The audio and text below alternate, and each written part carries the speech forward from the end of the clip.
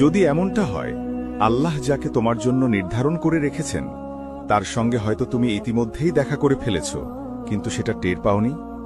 হয়তো তিনি সেই মানুষ যিনি এক মুহূর্তের জন্য তোমার হৃদয়ে এক অনাবিল প্রশান্তি এনে দিয়েছিলেন, অথচ নিজেও বুঝতে পারেননি। হয়তো তিনি এমন কেউ যার উপস্থিতি তোমাকে কোনো উপদেশ ছাড়াই আল্লাহর কথা মনে করিয়ে দিয়েছিল, অথবা হয়তো এমন একজন যার নাম একদিন পরিবারের কারো মুখে অল্প কথায় শুনেছিলে, কিন্তু তখন গুরুত্ব না দিয়ে বিষয়টা পাশ কাটিয়ে গিয়েছিলে। আমরা প্রায়ই আল্লাহকে জিজ্ঞেস করি, কিভাবে বুঝব এই মানুষটাই কি আমার জন্য নির্ধারিত? কিন্তু আসল প্রশ্নটা হওয়া উচিত, আল্লাহ কিভাবে আমাদের সেই মানুষটিকে চিনিয়ে দেন। ইসলামে বিয়ে শুধু একটি সামাজিক চুক্তি নয়, এটি আল্লাহর একটি মহান নিদর্শন, যেমন তিনি কোরআনে বলেছেন। আর তার নিদর্শনগুলোর মধ্যে একটি হল, তিনি তোমাদের মধ্য থেকেই তোমাদের জন্য জীবনসঙ্গী সৃষ্টি করেছেন, যাতে তোমরা তাদের মাঝে প্রশান্তি পাও। সূরা আর রুম, আয়াত 21। সত্য কথা হল, তুমি তোমার জীবনসঙ্গীকে কখনো সেইভাবে খুঁজে পাবে না যেভাবে দুনিয়া শেখায়, সোয়াইপ, স্ক্রল বা তাড়াহুড়ো করে নয়। কারণ ইসলামে বিষয়টা একদমই আলাদা। এখানে খোঁজা নয়, নির্ধারণই মূল বিষয়। আল্লাহ যখন তোমার জন্য কাউকে নির্ধারণ করেন, তখন তিনি তোমাকে তার দিকে নিয়ে যান এমন সব পথে যা তোমার ধৈর্য পরীক্ষা করে, তোমার হৃদয়কে পরিশুদ্ধ করে, আর তোমাকে শেখায় যে সত্যিকারের ভালোবাসা কখনো খোঁজার মাধ্যমে আসে না, বরং আল্লাহর ইশারায় প্রকাশ পায়। প্রথম নিদর্শন, দিন ও মূল্যবোধের সামঞ্জস্য। আল্লাহ তোমার নির্ধারিত মানুষটিকে চিনিয়ে দেন তার মূল্যবোধের মিলের মাধ্যমে। এটা শুধু এই নয় যে তোমরা দুজনেই একই সিরিজ দেখো বা দুজনেই ভ্রমণ পছন্দ করো, সেটা কেবল বাহ্যিক মিল। আসল প্রশ্নটা হলো, তারা কি জীবনকে তোমার মতো একই দৃষ্টিতে দেখে? রাসূলুল্লাহ বলেছেন, নারীকে বিবাহ করা হয় তার সম্পদ, বংশ, সৌন্দর্য ও ধর্মের জন্য, কিন্তু তুমি তাকে বেছে নাও যার মধ্যে দ্বীন আছে, তবেই তুমি সফল হবে। সহিহ বুখারী ও মুসলিম। অর্থাৎ শুরুটা দিন দিয়ে হলেও এখানেই শেষ নয়। বাস্তব জীবনের সম্পর্ক কেবল একটি চেকলিস্ট নয়, এটি দুটি আত্মার মিলনের গল্প। আধুনিক মনোবিজ্ঞানের ভাষায়ও সম্পর্ক টিকে থাকে উত্তেজনায় নয়, বরং মিলের মধ্যে। যদি তুমি ফজর পড়ো আর তোমার সঙ্গী তাতে আগ্রহী না হন, এই ছোট ফারাক সময়ের সাথে এক বিশাল দূরত্বে পরিণত হয়। তুমি যদি সরল জীবন ভালোবাসো আর সে যদি বিলাসিতায় বিশ্বাস করে, এই ফাঁক একদিন ফাটলে রূপ নেয়। একটা বাড়ির কথা ভাবো, যার ভিত্তি দুর্বল। তুমি যতই সুন্দর করে সাজাও, একসময় তা ভেঙে পড়বেই। ঠিক তেমনি সম্পর্ক ভেঙে যায় যখন চিন্তা, বিশ্বাস ও লক্ষ্য এক নয়। রূপ একদিন ফিকে হয়ে যায়, নতুনত্বের উত্তেজনাও মিলিয়ে যায়, কিন্তু একজন মানুষের আদর্শ, নৈতিকতা ও তাকওয়া, এই গুণগুলোই সম্পর্ককে স্থায়ী করে। তাই নিজেকে কেবল এই প্রশ্ন করো না, আমি কি তাকে পছন্দ করি? তিনি কি আমাকে আল্লাহর কাছাকাছি নিয়ে যাবেন, নাকি তার পথ থেকে দূরে সরিয়ে দেবেন? এই প্রশ্নটাই নির্ধারণ করে সম্পর্কটা আল্লাহর পক্ষ থেকে রহমত নাকি পরীক্ষা। কারণ যদি দিকই ভুল হয়, তাহলে বিয়ের পর সেই দিকটা জাদুর মতো মিলিয়ে যাবে না। যখন মূল্যবোধ মেলে, যখন দিন, উদ্দেশ্য আর জীবনের দৃষ্টিভঙ্গি এক হয়, তখন সম্পর্কের প্রকৃতি বদলে যায়। কথা বলা সহজ হয়, মতভেদ যুদ্ধের মতো লাগে না, আর নীরবতাও হয়ে ওঠে নিরাপদ ও স্বস্তিদায়ক। কিন্তু শুধু বিশ্বাসের মিলই সব নয়, আপনার হৃদয়ে তারা কেমন প্রভাব ফেলে সেটাই আসল। এটাই আল্লাহর দ্বিতীয় নিদর্শন, প্রশান্তি ও স্থিরতা। খেয়াল করে দেখুন, কিছু মানুষ আছেন যারা আপনার জীবনে কোলাহল বাড়িয়ে দেন। তাদের সঙ্গে কথা শেষ হলে মন ভারী হয়ে যায়, মাথায় কথাগুলো ঘুরতে থাকে, বুক চাপে, ঘুম আসে না। আপনি ভাবতে থাকেন, আমি ঠিক বলেছিলাম তো? কিন্তু কিছু মানুষ আছেন যাদের সঙ্গে কথা শেষ হলে মনটা হালকা হয়ে যায়, নিঃশ্বাস সমান হয়, আর মনে হয় আমি ঠিক আছি। এই ঠিক আছি অনুভূতিটা ছোট কিছু নয়, এটা আল্লাহর দেওয়া এক নিদর্শন।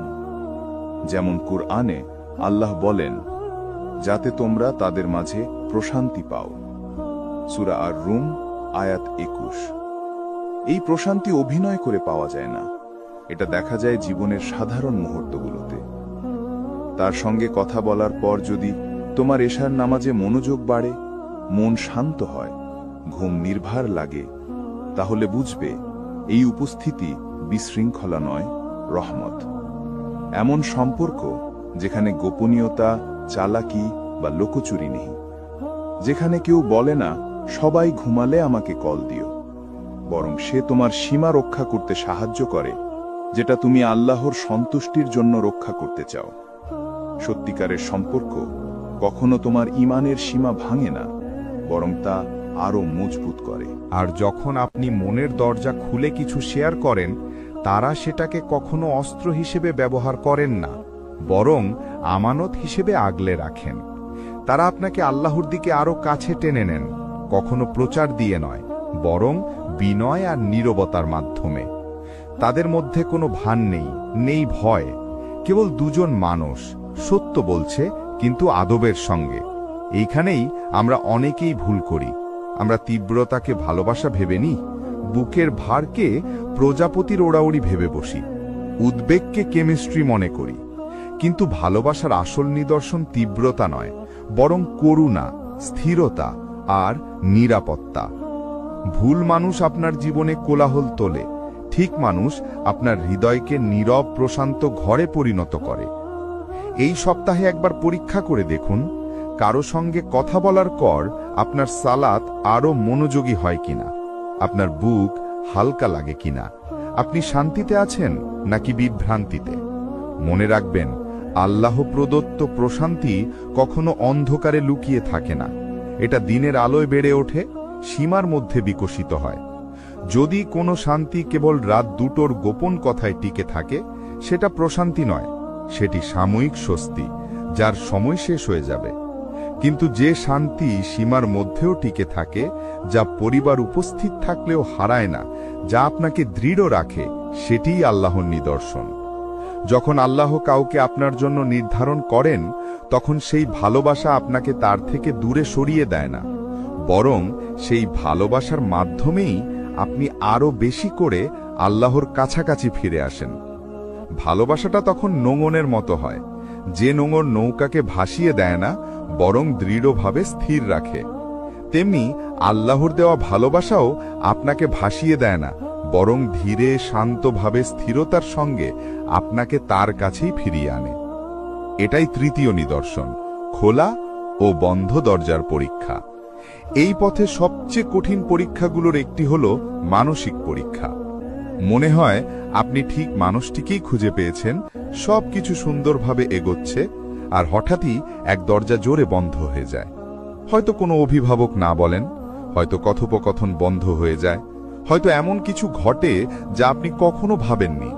মনে হয় আল্লাহ যেন আপনাকে আবার শুরুর জায়গায় ফিরিয়ে দিয়েছেন, কিন্তু ঠিক তখনই আরেক দরজা খুলে যায়। কখনো কেউ নতুন আসে, কোনো প্রস্তাব আসে, অথবা এমন এক পথ খুলে যায় যা আগে আপনি দেখেননি। তখন মনে হয় হৃদয়টা যেন টানাপোড়েনের মাঝে আটকে গেছে। আশা আর হতাশার মাঝে, ধৈর্য আর বিরক্তির মধ্যে দোল খাচ্ছে মন। এই খোলা বন্ধ দরজার চক্রটাই আসলে আপনার ভেতরের দৃঢ়তা পরীক্ষা করে। সেই সময় মনে রাখতে হবে, প্রত্যেকটি বন্ধ দরজা মানে প্রত্যাখ্যান নয়, বরং সেটা এক প্রকার সুরক্ষা। কখনো আল্লাহ আপনাকে এমন ক্ষতি থেকে ফিরিয়ে দেন যা আপনি নিজেই বুঝতে পারেন না। আর প্রতিটি খোলা দরজাও সবসময় শেষ গন্তব্য নয়। কিছু দরজা খোলে আপনাকে ধৈর্য শেখানোর জন্য, দেখার জন্য আপনি কি সীমা রক্ষা করতে পারেন, আপনি কি নিজের প্রবৃত্তির চেয়ে আল্লাহর উপর ভরসা রাখতে পারেন। এই থেমে যাওয়া আর আবার চলতে শুরু করার সময়টা বাহ্যিকভাবে অন্যায় মনে হয়, কষ্ট লাগে, কিন্তু বাস্তবে সেটাই এক নিদর্শন যে আল্লাহ নিজেই সেই প্রক্রিয়ায় যুক্ত আছেন।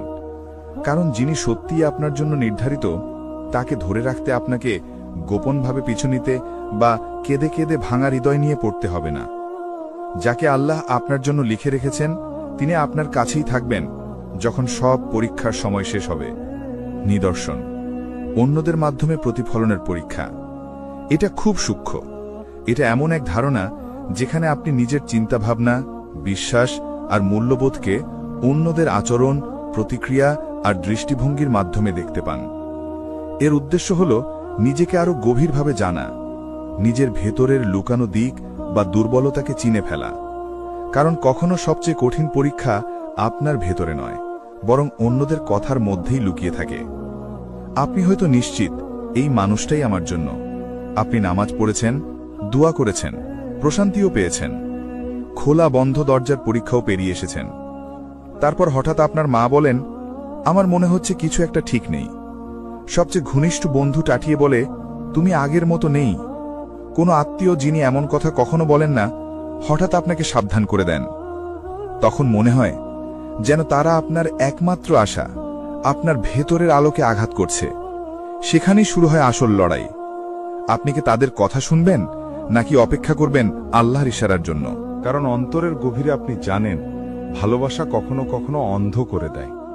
তখন আপনি এমন রেড সিগন্যালও রক্ষা করতে শুরু করেন যেগুলো একসময় আপনি নিজেই অগ্রহণযোগ্য বলেছিলেন। নিজেকে এমন জায়গায় খুঁজে পান যেখানে সত্যের বদলে মিথ্যা বলতে হচ্ছে, সেই সীমা রক্ষার জন্য যেটাকে একসময় আপনি হারাম বলে জানতেন।